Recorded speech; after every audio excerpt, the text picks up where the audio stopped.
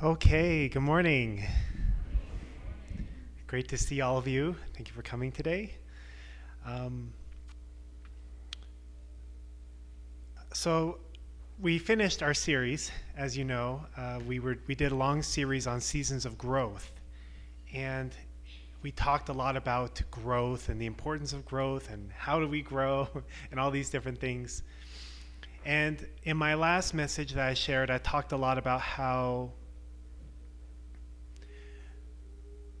God sees us for who we are. God sees our good points and God sees our weak points.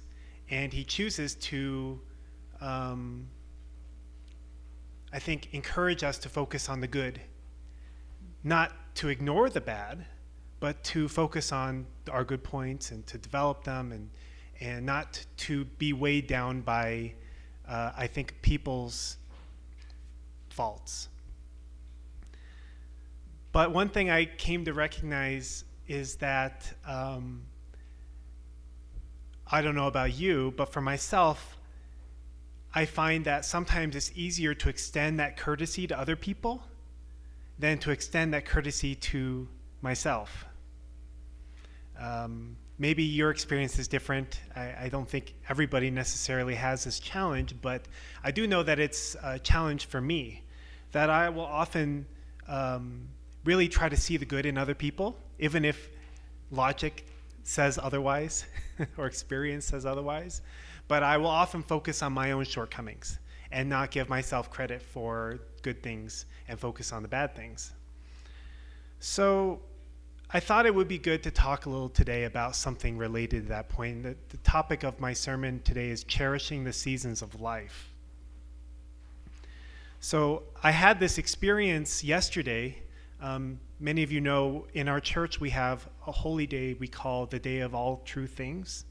And this is a day where we really thank God for nature and the creation, this world. We really recognizing that God, as a parent, prepared this world for his children with love and with a lot of thought, just like any parent does for their kids. You know, you think about what kind of environment do I want my kids to grow up in? What kind of lessons do I want them to learn? God is our parent. And when God was creating everything, he invested himself 100%, imagining the world that his children would grow up in and being excited about that. And so Pastor Donia yesterday at our morning service was talking about nature, and she was sharing some quotes about nature and how important it is where we can basically understand the universe through a blade of grass and a pebble stone. So even somebody like us who's kind of stuck in the city doesn't have an excuse. We still have nature around us. We just have more city than somebody who's living in the countryside. But it really hit me in that moment that it was a bit of a self-realization in a way that, myself, I didn't grow up spending much time in nature. I didn't grow up, even to this day, I struggle to really have a deep appreciation for nature. I feel like for some people it comes very naturally, like my wife. She just has been in nature, and no matter where she is, she brings nature with her. That's why we have bees. That's why we have gardens. That's why we have all this stuff, because when it becomes a part of you, you take it wherever you are. But that's really her. That's not me. Even though I grew up in kind of rural Wyoming, basically all of Wyoming is rural if you've ever been there. It's not really urban part of Wyoming, but I did grow up in a city. I did grow up in kind of a suburb type, it was a neighborhood, regular neighborhood. I had many opportunities to spend time in nature, but I opted to spend time in front of the computer. That was my thing that I kind of naturally gravitated towards: computer, video games, TV shows. I spent a lot more time inside than outside because that's just what I wanted to do. And we talk a lot about the value of nature, right? In our church a lot. And in a way, I've always felt that I should love nature more. I should be more in tune with nature. But it really hit me yesterday as Adonia was talking that I have a really hard time with that. It doesn't come very naturally to me. But we were talking about it yesterday, and one thing I could acknowledge is that I've come a long way. I have much more appreciation for nature now than when I was a teenager. And I came away with that from that lesson thinking that's a good thing. That's, we can spend a lot of time in our life focusing on all the things that we don't have or all the things that we aren't. It can consume us. It can become our whole way of thinking. Just like how we can look at other people that way and just see only their bad sides or their shortcomings or their faults. We also can do the same thing to ourselves.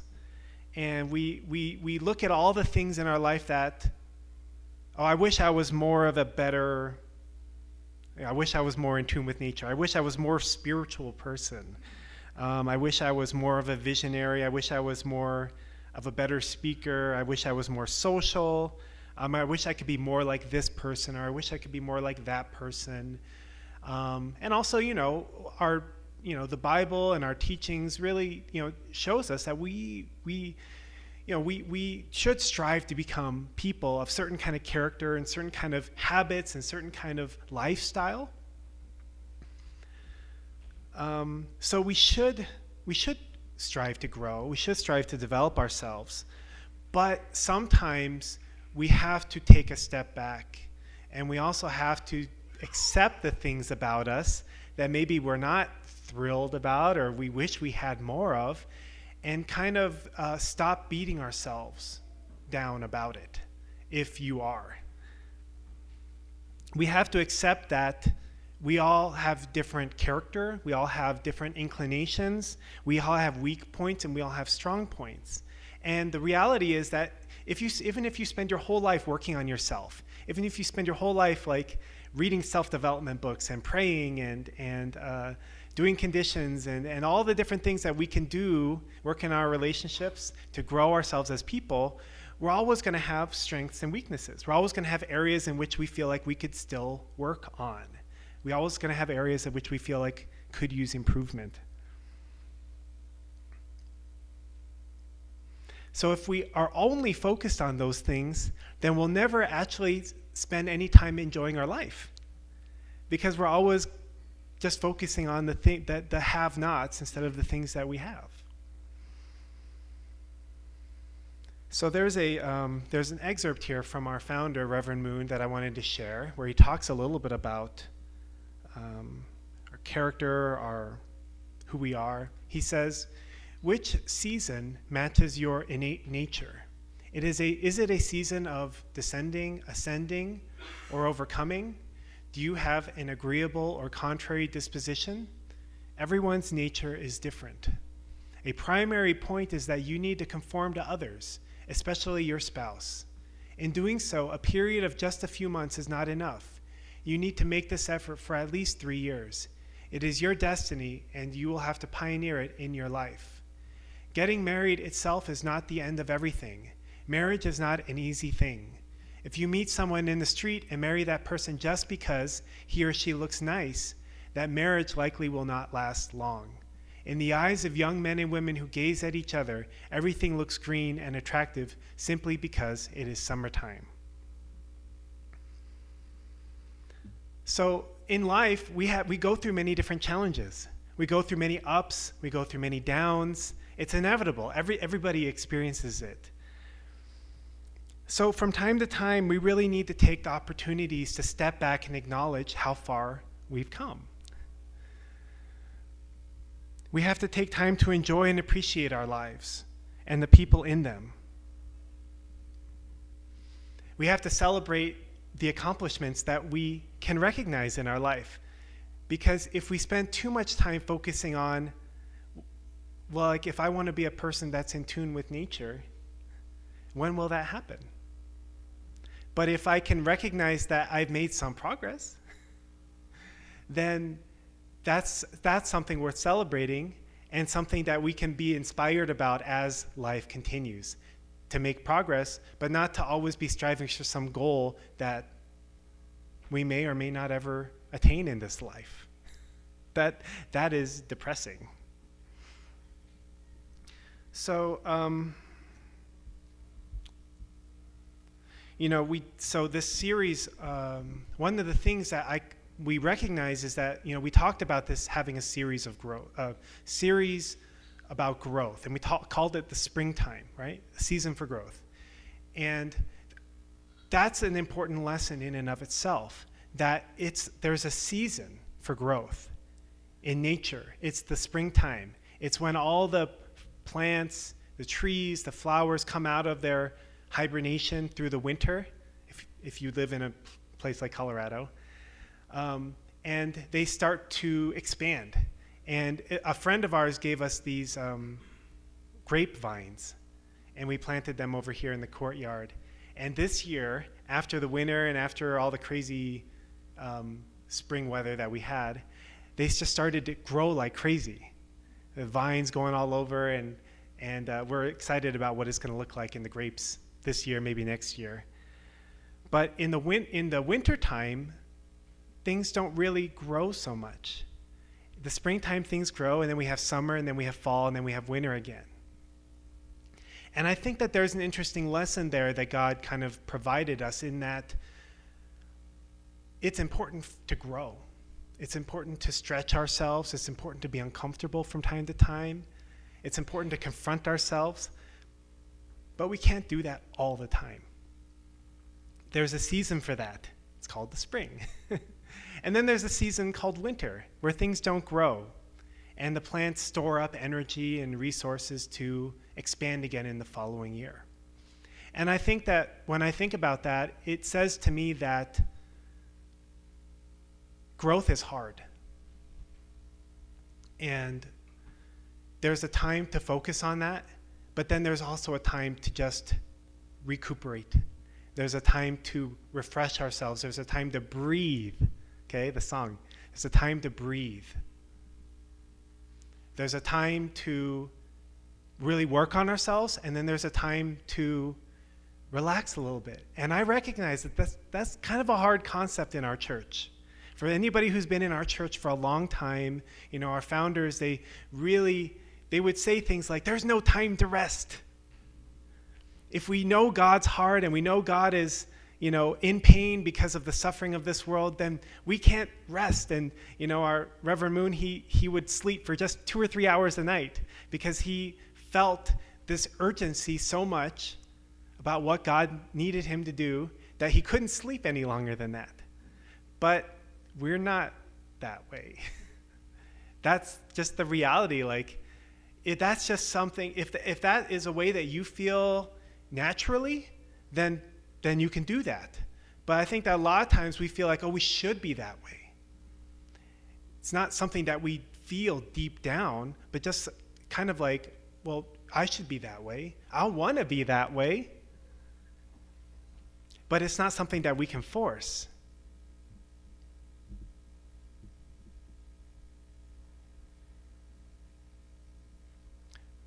For myself, for those people who are kind of close to me, they know that we're always pushing for the next thing. Whether it's, starting this CARP chapter here, starting the school, trying to get music ministry started, doing the endless renovations of the church. I understand what it means to what it feels like to feel that there's an endless list of things that need to be done and no time to get it finished. But I recognize also that you can't live that way all the time, sustainably.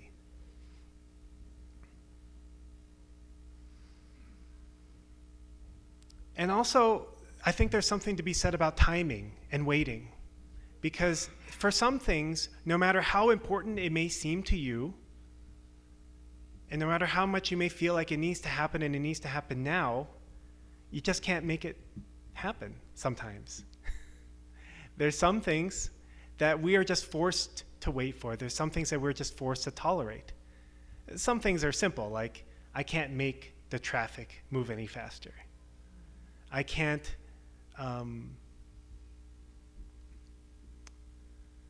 make the lines at Walmart move any faster. They're so incredibly slow. But there's a lesson there too, because God has been waiting as well. God has also had to wait. God, omnipotent God, is not able to just snap his fingers and make people do things the way he would want things to be done. And if you understand the divine principle, and we talk about the parallels of history, then we see that God worked through periods of time. 210 years here, 40 years here, 400 years here.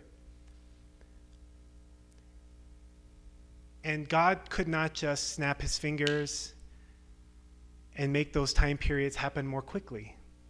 And even a person living at that time, no matter how sincere that person may be, he couldn't just eliminate the need for that time period to pass as well. So God has had to be patient. God has had to be patient through all of human history, waiting for the right circumstances, waiting for his children to accomplish the things that he asked them to do, little by little making progress and raising up humanity to greater and greater levels until we're here today. So we have to be patient sometimes too. It doesn't mean that we can just be like, oh, it doesn't matter what I do. It doesn't matter how I live. But sometimes, no matter how much we may want it or how hard we may work, we just can't make things happen.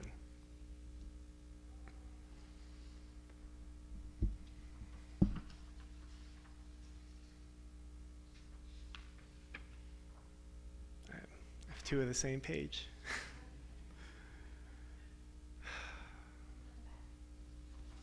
Oh yeah, thank you. I intentionally only print one-sided for this reason, but I'm glad it's there.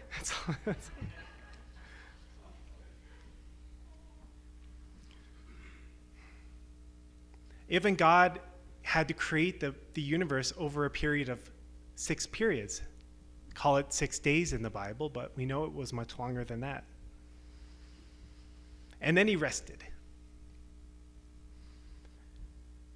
Everything happens through a process. Our children grow through spurts. Plants grow in seasons. Even when I remembered when I was learning the guitar, I found that I could only learn so much guitar at one time. I could only push my fingers so much in a moment, in a day. At some point, it became too painful to keep playing, and I had to rest. But I realized after resting that somehow, brain is amazing, body is amazing, I could play better the next day after a period of rest. So in this fast-paced world that we live in today, we want things now. We expect things now. We want efficiency. We want things to happen a certain way. But that's what makes it all the more important that we take time to slow down sometimes. We take time to appreciate where I'm at, where I've gone, what I've accomplished, and the season of life that I may happen to be in at that time. We need to take the time to appreciate the people in our lives and the person that I've become. This is a verse from Ecclesiastes. It says, "For everything there is a season, a time for every activity under heaven, a time to be born and a time to die, a time to plant and a time to harvest, a time to kill and a time to heal, a time to tear down and a time to build up, a time to cry and a time to laugh, a time to grieve and a time to dance, a time to scatter stones and a time to gather stones, a time to embrace and a time to turn away, a time to search and a time to quit searching, a time to keep and a time to throw away, a time to tear and a time to mend, a time to be quiet and a time to speak, a time to love and a time to hate, and a time for war and a time for peace."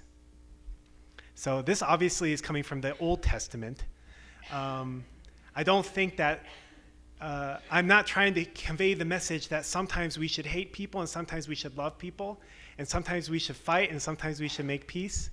I don't know exactly what they were trying to convey by some of these things. I think that's why some people only use the first couple sentences. But I do think that the point is that there's a time for everything.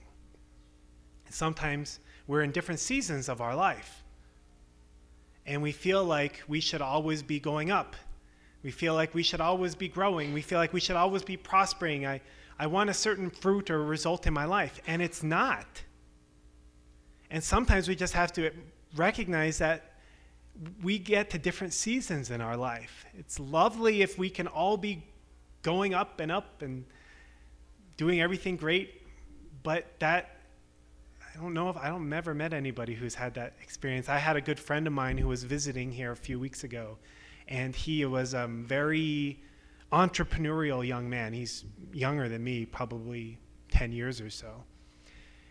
And last I had talked to him, he was well on his way to being a multimillionaire, had like 3 different businesses. He was working like 80 hours a week, and he was really pumped up. And then I saw him a few weeks ago, and I was like, "Oh, how's it doing? How's it going?" And he's like, "Oh, it's okay. I've sold all my business, or I was not sold. I'm taking." He said something like, "I'm taking a bunch of time off." I was like, "Oh yeah, you probably made all your millions already by now." And he's like, "No, I lost everything. I filed bankruptcy." He's like 30, way younger than me. But he was like, "But you know what? I'm okay with it, because I just wanted. I've recognized that that wasn't the most important thing for me, and I really respected that. He was at a different season in his life, but he kind of embraced it. At least that's the way he seemed to me. I don't know about on the inside how he was really feeling, but he really seemed to embrace that. Regardless of what season you're at in your life, there are lessons to learn. There are things to be gained."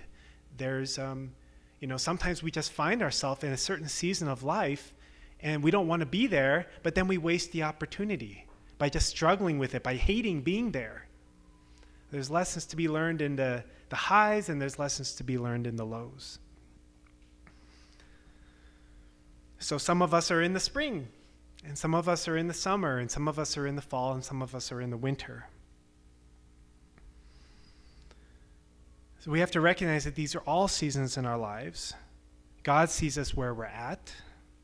We won't be there forever. If you're up, you'll be down. If you're down, you'll be up. So don't lose hope. We should try our best, regardless of where we're at, to really appreciate and value myself, where I've come, but also the people in our lives and God's presence in our lives. So I'd like to finish with one last quote. This is from our founder, Reverend Moon. He said, "Why do all people like God and follow him? It is because God is the one who gives everything to them, then continues giving more, continues giving everything for thousands of years, and still feels it is not enough. He says, 'Now I can give you only this much, but wait a bit longer, and I will give you something that is many hundreds of times, many thousands of times better.' This is because he has so much in his heart that he is never satisfied with what he has given today. Far from it, he promises to give better things in the future. If we were with that kind of God, we would be happy even if we were poor and had no food to eat. Such a reality would be no problem because we would be stimulated by hope. It would be like receiving a jolt. In fact, that kind of situation is all the better because it leads to new resolve. Being together like that, our tears shed for the future would be mutually comforting. We would not despair over the present reality, but will be filled with hope for tomorrow." Please join me in prayer. Good morning, dearest Heavenly Parent. We thank you so much for the opportunity to be alive. And even though we go through many seasons of life, and maybe where we're at in our life is not where we feel we want to be, we know that just because of that, your love and your grace for us has not changed. And I pray, Heavenly Parent, that if any of us are in the season of winter and things seem difficult and there doesn't feel like there's any growth or joy, Heavenly Parent, that we can come to peace with where we're at in our life and seek for what lessons, what you want to share with us at this time, Heavenly Parent, because that we know that the time will not last. Heavenly Parent, if we're in the season of spring or summer and we feel like we have our life figured out and things are good, please give us the humility and the wisdom to be able to help others. And please give us the strength and the fortitude to not take too much pride in where we're at, because we go through our ups and downs always, Heavenly Parent. And we know ultimately that your heart is truly with those in this world who are suffering, truly with those in this world who have so little. Your heart is to embrace and uplift every single person, Heavenly Parent. You call each and every one of us to serve one another, to become people that can love our human family, our brothers and sisters in this world. I pray, Heavenly Parent, that we can each strive for growth and strive to become like you, but also not because of shame, not because of guilt, not because of obligation, but because of love and hope and passion, Heavenly Parent. And even in the difficult times of our life, we know that you're present, and I pray for your presence in the people's lives who are at the bottom of the valley today. Even there are probably many people in this room who are feeling like they are at the bottom of the valley today. Heavenly Parent, please give them comfort. Please give them hope. And I pray, Heavenly Parent, that as a community, as a family, that we can uplift one another, hand in hand, walk together towards your final destination for each and every single one of us. I thank you for this message today, for our time together. I really pray and hope that your presence can be here with us and touch each and every one of our hearts. I offer this prayer in our names as a Blessed Central family. Amen and adieu. Thank you.